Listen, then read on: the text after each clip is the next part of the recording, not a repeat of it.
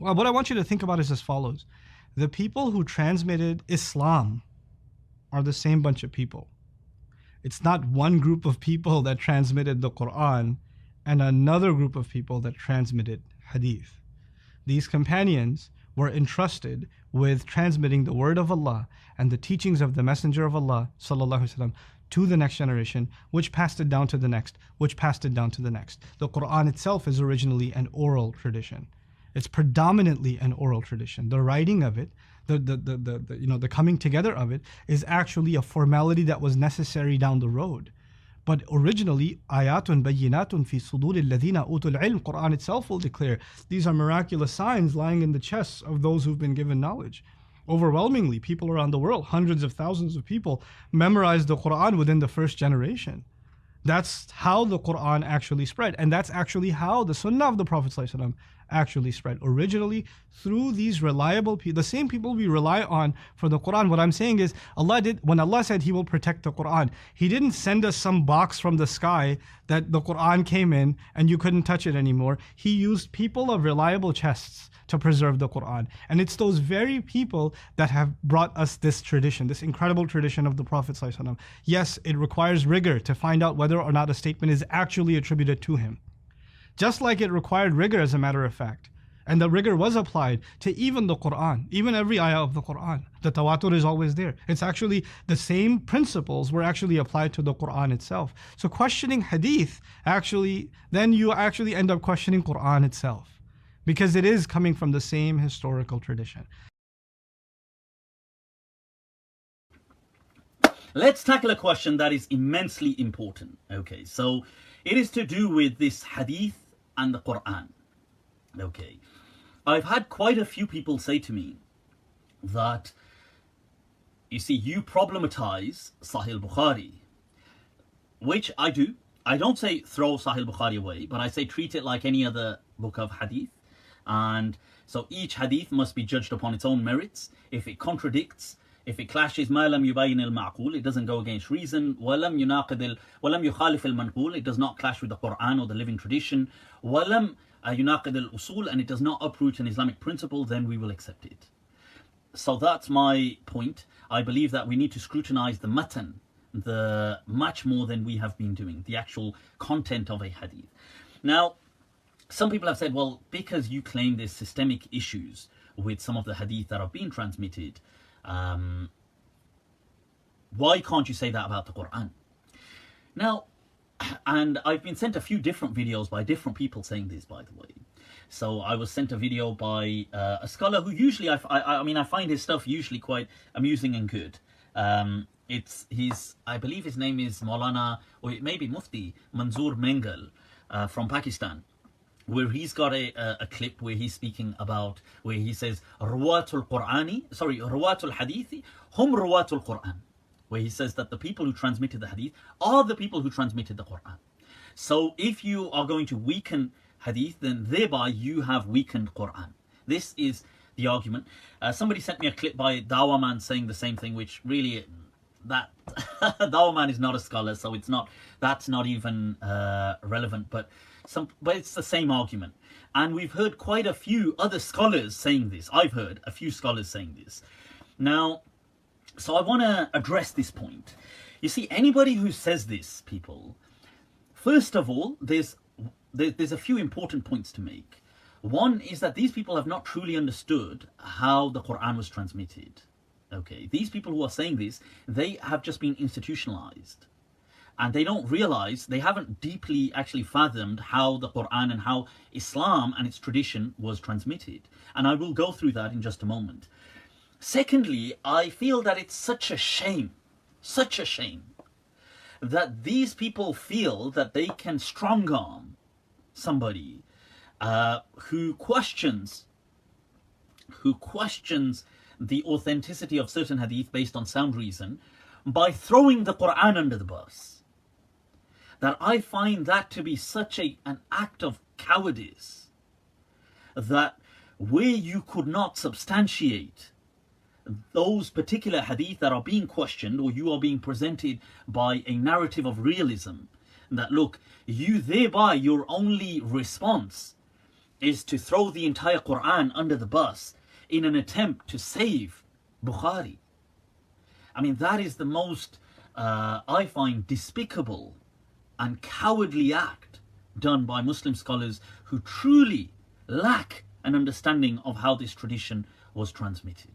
Okay, so I'd like to clarify, I'd like to expand. Allow me to elucidate. Right, so let's take a look at how was the Quran transmitted. How was the Quran transmitted? So people, Islam, when the Prophet lived amongst people and the companions after him, there was a living tradition of Islam.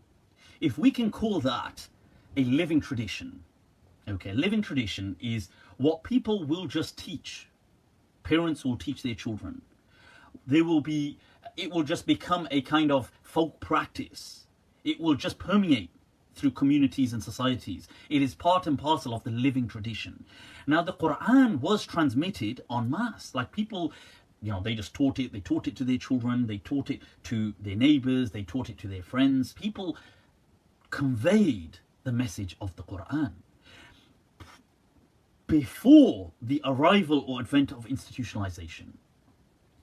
So as a deen of fitrah, the Quran was being transmitted. So if I knew the Quran, I would read it in my salah, I would read the Quran in my daily prayers, I would teach it to my children, I might sometimes have a discussion on it. This was just a natural living practice that people were passing on the Quran, one could say from father to child. Okay, there was not an institutionalization to it. It was just a natural tradition. The other thing is, and this is something nobody would really deny, that Muslims were doing this. I mean, even non-Muslim historians, they acknowledge that yes, Muslims, they had this scripture. They had this thing called the Quran. Secondly, the Quran, by its nature, ontologically, by its essence, okay, is a Quran. It's a recitation. It's a recital of something. It's not prose. It's not something like, here's a book, right? It's not a book like you just read, like I'm just reading this book. It was a recitation, which meant it had a rhythmic essence to it.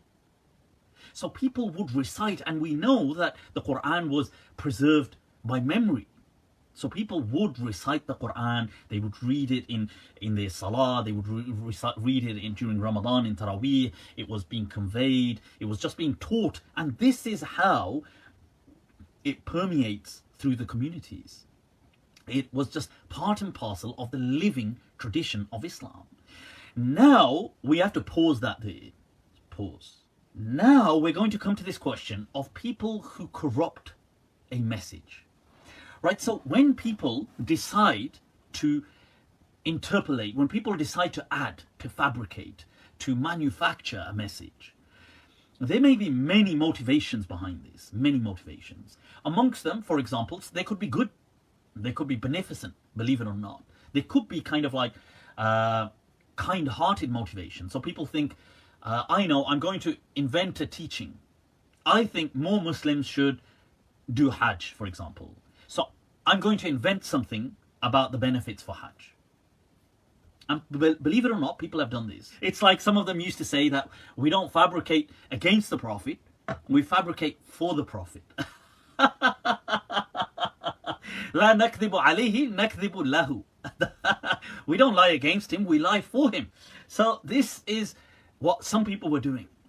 Right? So there's many reasons why people fabricate things. They bring things in. It could be that there's misunderstandings. They could be false memories. So these are all kind or benevolent kind of non-harmful, I mean, I don't know if that's the right word, but let's say if we call them, kind-hearted kind of manufacturing of Islamic teachings. It could be because people have got a good intention. It could be because it's a false memory. A person actually thinks, oh yeah, wasn't this also part of the teaching? And he gets it wrong. That could be. Then there could be negative, like malignant kind of intentions, bad intentions, where people they want to corrupt a faith. They want to kind of mess it up for people. Or they want people, so that could be one reason, they want to corrupt the faith. They want to, or that they have a personal vested interest. So somebody wants to, somebody they sell vegetables to buy their vegetables. So they start saying, do you know that Islam encourages eating vegetables? Now that's, believe it or not, actually happened as well. You had somebody who fabricated a hadith to do with Badinjan. Badinjan is what we call in Urdu Bengan. So there were people who invented hadith to say that, who invented teachings to say anybody who eats the aubergine plant will have such and such a reward. You know, the Bengan. But this is, so sometimes there's a vested interest, sometimes there's political interests. So people sectarian. So there's a lot of teachings that were fabricated to create an uprising against the state, against the Umayyad dynasty, for example, which a lot of the Shia people did. And hence they really pushed the whole messianic vision that there will be a Messiah that will come and a Mahdi will come and all these things. And then there were a lot of teachings fabricated to consolidate the state. So the Umayyad dynasty came up with a lot of rulings that would help them. Like when they wanted to take over India, it's very convenient that all of a sudden there's a hadith that the Prophet said, oh, the great battle of India. So these things were just teachings of convenience. So there's a lot of reasons why people fabricate something. So now this is important that we clarify that. Now let's just pause that for a moment. Let's come back to the working board here, people. What is the problem, I ask you, what is the problem, or the challenge is a better word, with trying to push your false teachings into the Quran? What do you think would be the problem? If you were a person, pretend you were a person who is intentionally, because if we take the worst case scenario first, we can deal with the other cases by extension easily. So those people who are intentionally premeditating an attempt to corrupt the faith, they want to mess up the teachings of Islam. What would be your challenges if you were trying to add verses into the Quran? You know very well that would not fly. It would be so difficult. Why? Number of reasons. One, the Quran is so widespread. People are reciting it all the time. So if I wanted to, I don't know, say, add a ruling into the Quran, I have to match the entire context of the Quran. So let's say I wanted to invent some hadith to support the state of Bani Umayyah, the Umayyad dynasty. Now, I can't just add a verse of the Quran saying, hey, and there will be a great dynasty called Bani Umayyah. Because the Quran, it's not its style to speak like that. So this becomes very difficult. The other thing is the Quran does not often delve into tiny issues. It seems to have a very universal approach. It's speaking about things universally. And fabricating a universal is very meaningless. Like, you know, if I want to fabricate a universal ruling. The problem is so many people read the Quran in different parts of the world. All these people read it, it's part and parcel of the tradition. I have to then make sure this thing matches the exact style, it matches the context, it doesn't go against the overall message of the Quran. So some people did try this with the satanic verses, and it flopped. Why did it flop? Because it clashed with the overall message, and people spotted it as a contradiction. And so the return on investment here is very little. It's not worth trying to corrupt the Quran in that, you know, with that in mind, because you're not going to get much back out of it. Okay. This, however, is not the same with hadith. The hadith don't have a context. The hadith were not being taught from father to child. They were not part of this living tradition, unless, you know, maybe a one-off story may have been, but hadith weren't. Hadith start to get documented almost 100 years after the Prophet.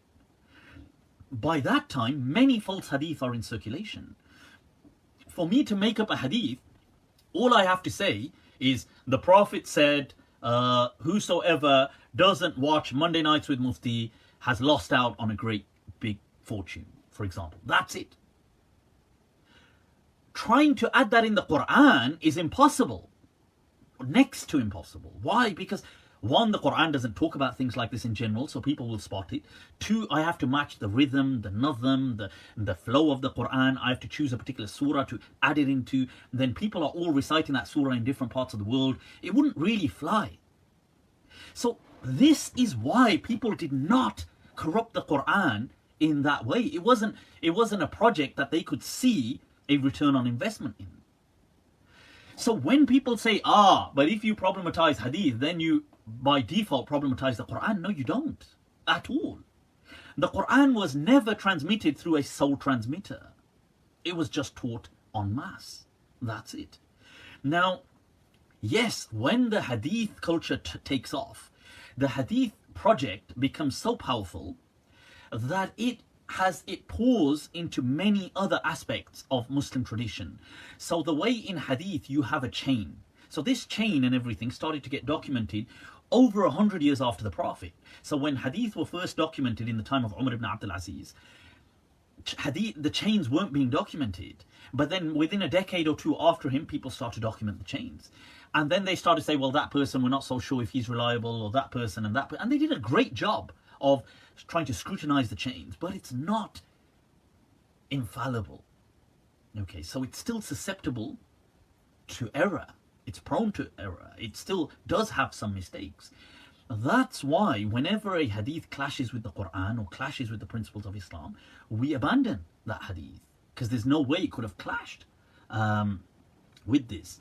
Now, later on, this hadith project becomes so fashionable that people start to have chains in everything. You see, it becomes the thing. It's not like, it's like I'll give you an example. You know, Snapchat, for example, had stories which were so, the stories that you have, the 24-hour stories, which are still there, became so fashionable that all other social media outlets started to adopt stories. You know, your Facebook Messenger has a story, Instagram has a story, bloody everything. You know, Microsoft Excel would probably have a story. So everybody just takes up something that starts to really take off. Now, in a similar way, once the Hadith project became a dominating project, which it did, you see everybody, even if you're learning Arabic grammar, which has got nothing, think about it, what has Arabic grammar got to do with the chain of transmission? But all of a sudden, they too now have chains of transmission. Oh, I took this from my teacher, who took it from Farra, who took it from Kasai, who took it from... I mean, it's nothing to do with, you know, who cares, it's grammar. But no, we're going to have a chain of transmission in it. Oh, where did you learn this from? I learned it from here. Where did you learn this poetry from? I took it from him, who took it from him, who took it from this Imam Shafi'i's poem.